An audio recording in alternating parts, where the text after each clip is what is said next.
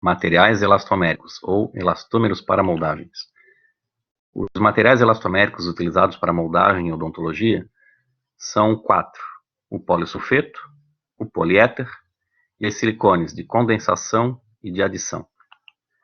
Todos esses materiais passaram por uma evolução histórica, né? Na verdade, os materiais elastoméricos surgiram porque os hidrocolóides, tanto o reversível quanto o irreversível, eles não atendiam às necessidades odontológicas de moldagens com alto grau de reprodutibilidade de detalhes.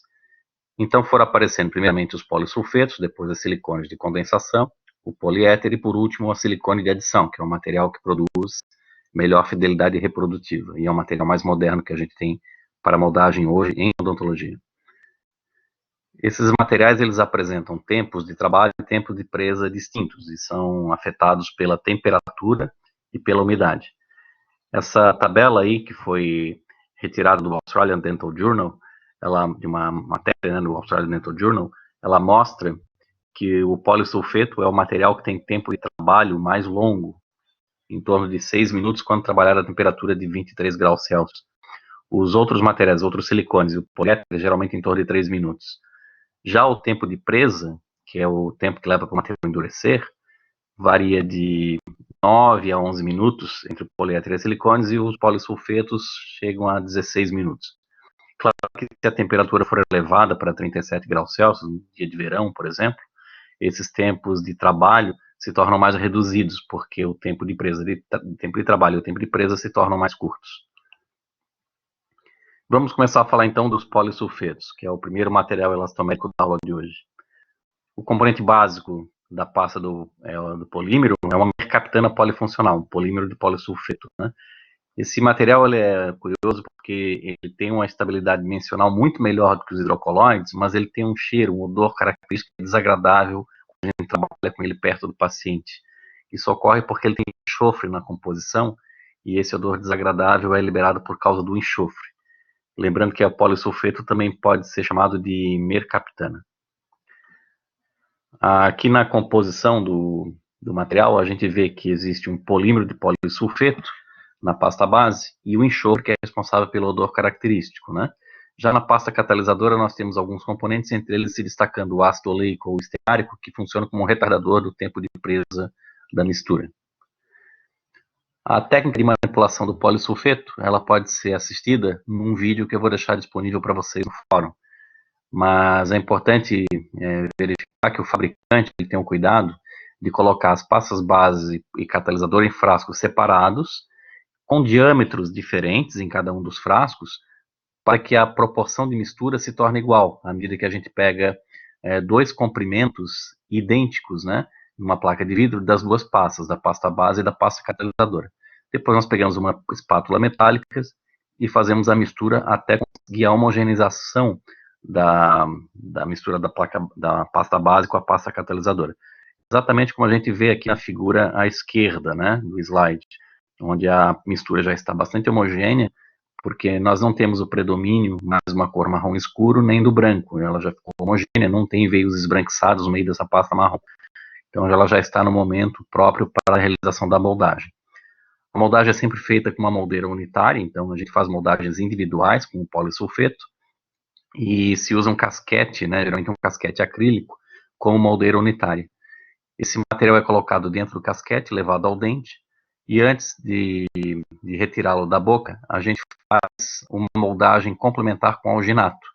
Quando a gente retira a moldagem de alginato, aí a gente terá, então, o dente preparado para a prótese unitária, moldado por polisulfeto, associado a uma moldagem de alginato que engloba os demais dentes. O tempo de presa, ele, como a gente já falou anteriormente, ele é acelerado, né, pela temperatura, então, em temperaturas mais altas, a presa do material se torna mais rápida, mas a umidade também acelera a presa, então a gente tem que tomar cuidado para não deixar haver contaminação de umidade no momento da mistura, né, principalmente se a placa de vidro estiver úmida ou molhada. A estabilidade dimensional do material é bem melhor do que os materiais hidrocolóides, porém, ele tem um grau de deformação em relação aos demais materiais elastoméricos. Então, ele é inferior ao poliéter e às siliconas de condensação e de adição. Apesar disso, ele tem alta resistência à ruptura, né? Quando a gente retira a moldagem da boca, dificilmente ela rasga. E um cuidado que a gente tem que ter é que o molde deve ser vazado em até 30 minutos após a remoção da boca, né?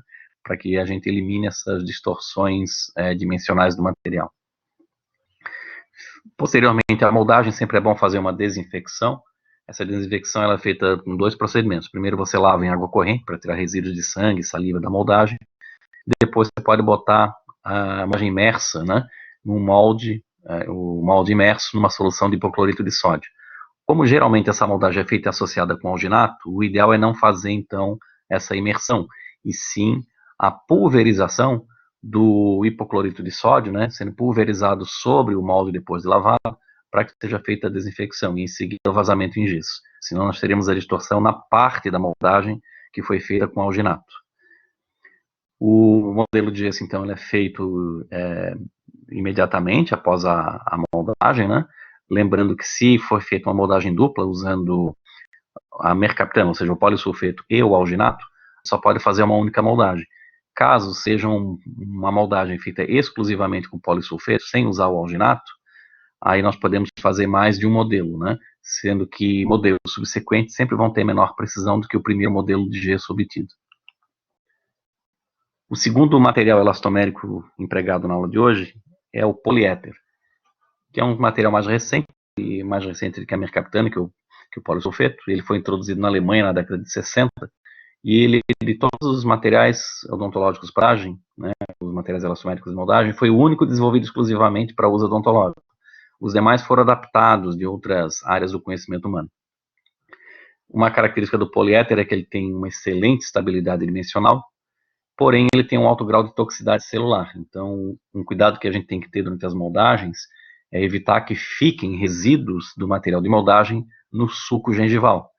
A gente sempre se preocupa no ato de moldagem em ter a maior reprodutibilidade possível de detalhes, então a gente tem a preocupação em que o material flua para dentro do suco gengival, para que a gente tenha uma melhor reprodutibilidade dos detalhes do término cervical dos preparos para moldagens unitárias.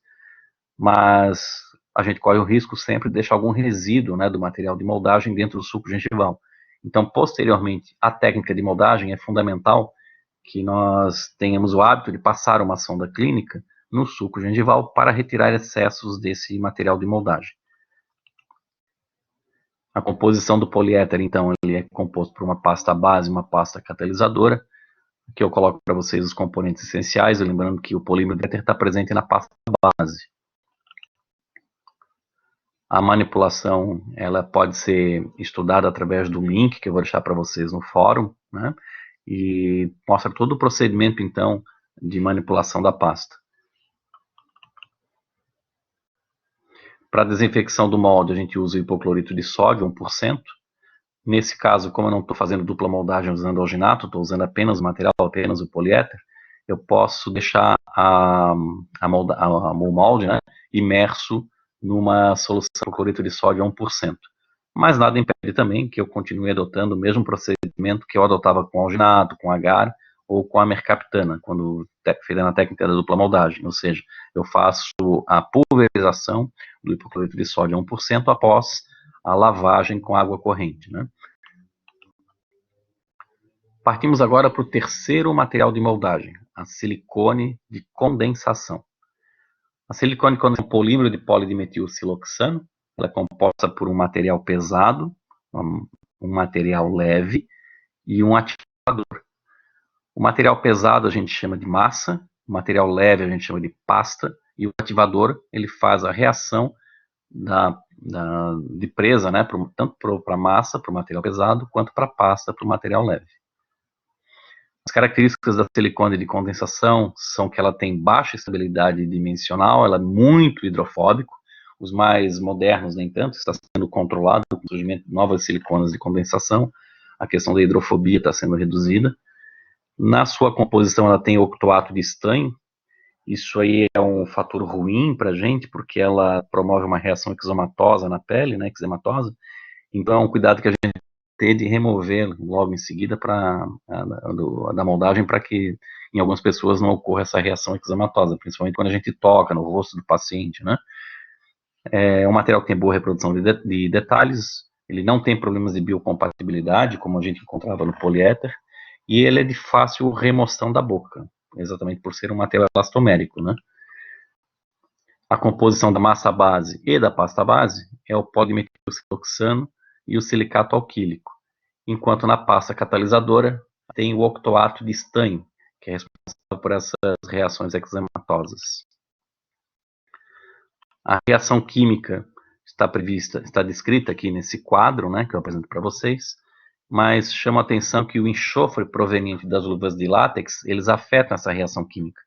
Então, o ideal é que no momento da moldagem, ou a gente retire as luvas, ou não se utilize luva de látex, né, dando prioridade para as luvas nitrílicas, que agora já estão mais facilmente encontradas em lojas de materiais odontológicos, nas dentárias, né, estão sendo mais difundidas e popularizadas dentro da odontologia.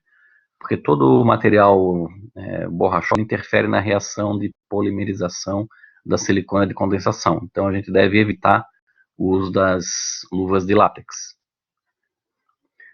Aqui eu deixei 2 vídeos para vocês, também vão estar presentes no nosso fórum, que mostra todo o procedimento de manipulação da silicone de condensação. Lembrando que ela tem um tempo de trabalho de 3 minutos e o tempo de presa de 9 minutos. Então, a partir do momento que nós começamos a misturar o material, nós temos 3 minutos para trabalhar antes do procedimento de moldagem. E, posteriormente à moldagem, depois que nós colocamos o material na boca do paciente, nós temos 9 minutos até executar o vazamento em gesso. Então, primeiramente, se mistura a massa e o catalisador com os dedos, sem luvas, ou usando luvas nitrílicas, né, de preferência, jamais a de látex, e é feita uma moldagem preliminar. Essa moldagem preliminar é a primeira moldagem. A gente usa sempre a técnica da segunda de 2 moldagens, dupla moldagem. Depois que eu retiro a primeira moldagem da boca, obedecendo aqueles tempos de 3 minutos e 9, a gente faz um alívio nesse molde. O alívio é com uma espátula Lecron, você corta os detalhes não bem reproduzidos no dente em questão, né, no dente onde vai ser feita a prótese, para dar um alívio, um espaço para você colocar a pasta catalisadora e o material e a pasta base que deram origem ao material leve, ou seja, você vai fazer uma moldagem agora se preocupando em reproduzir detalhes na região de maior importância, de maior interesse no seu ato de moldagem. Aqui eu coloquei algumas marcas comerciais, muito facilmente encontradas nas áreas, né? O silicone de condensação ele é muito popular, porque ele dá uma boa reprodutibilidade de detalhes e não é tão caro, tão custoso quanto o silicone de adição. A silicone de adição já é um material elastomérico de melhor reprodutibilidade de detalhes, apesar de ser mais caro, né? Isso é um fator que às vezes dificulta um pouco a sua aquisição, ou porque a vida útil do produto é em torno de 1 ano. Então, para quem não faz próteses com muita intensidade, com muita frequência, a aquisição de um material desse tipo pode se tornar muito custoso. Você acaba usando 1 ou 2 vezes e acaba jogando fora. Então, o custo da moldagem se torna muito elevado, né? Mas é o melhor material de moldagem que a gente tem dentre os materiais elastoméricos. Ele é um polímero de polivinilsiloxano. Aqui eu coloquei 3 fabricantes, 3 marcas comerciais, uma da 3M, outra da DFL e outra da Zermatt, todos os 3 com excelente qualidade reprodutiva. A composição da massa base e da pasta base é feita pelo polimetilhidrogênio siloxano, e a pasta catalisadora com alguns retardadores da reação de presa. Para manipular esse material, eu vou deixar um vídeo também para vocês disponível, onde vocês vão poder assistir e verificar toda a técnica de manipulação, mas basicamente ela passa por algumas etapas. A primeira etapa é misturar a massa base e a massa catalisadora, que é o material denso, né? Você mistura com as mãos mesmo, e aí, misturando essa pasta, você faz uma primeira moldagem. Exatamente como era feito com a silicone de condensação. Retira-se da boca essa primeira moldagem e você faz alguns alívios na região que você pretende pegar maiores detalhes. E em seguida você usa o material leve, só que o material leve não é misturado. Ele é, pelo profissional, ele é auto-misturado através do uso de uma seringa específica junto a um kit, onde o material catalisador e o material base são auto-misturados com o uso dessa seringa. Aí você leva a boca do paciente, espera o tempo de presa e retira para o vazamento em gesso. Claro que depois do vazamento você faz todo o procedimento de desinfecção, pode ser feito com imersão em hipoclorito de sódio 1%, ou pode ser feito por pulverização. E a gente encontra algumas características importantes na silicone de condensação. Primeiro, o tempo de presa é curto, então você tem um ganho de tempo clínico em consultório, porque você faz as moldagens com mais rapidez e com alto grau de precisão. Ela é de fácil manipulação, especialmente o material leve, né? Pois tira do dentista a capacidade de erro na dose do material catalisador, material base, porque a pistola de automistura já faz isso para a gente, e elimina qualquer procedimento errado de mistura com procedimento de espatulação. Ele tem uma boa resistência ao rasgamento, então é um bom material de moldagem. É o elastômero com a melhor elasticidade, é um material que tem a maior precisão de detalhes, ele tem alta precisão de detalhes, por isso é o mais empregado para procedimentos protéticos, onde a gente precisa pegar o término cervical de um preparo cavitário ou de um preparo protético, né, com melhor intensidade. Esse material é muito indicado para moldagens, por exemplo, facetas laminadas, para lentes de contato dental, para inlays, onlays. Então, a aplicabilidade da silicone de adição na odontologia é muito grande. Ela permite vários modelos e vazamento pode ser adiado também, porque o material tem uma boa estabilidade dimensional, mas o ideal é sempre vazar com gesso imediatamente posterior ao ato de moldagem, né? Ele não tem problemas de biocompatibilidade, como a gente encontrou no poliéter, e os principais problemas desse produto é o alto custo e a vida útil extremamente curta, né? Então são os dois fatores que mais inibem o uso desse material dentro da odontologia.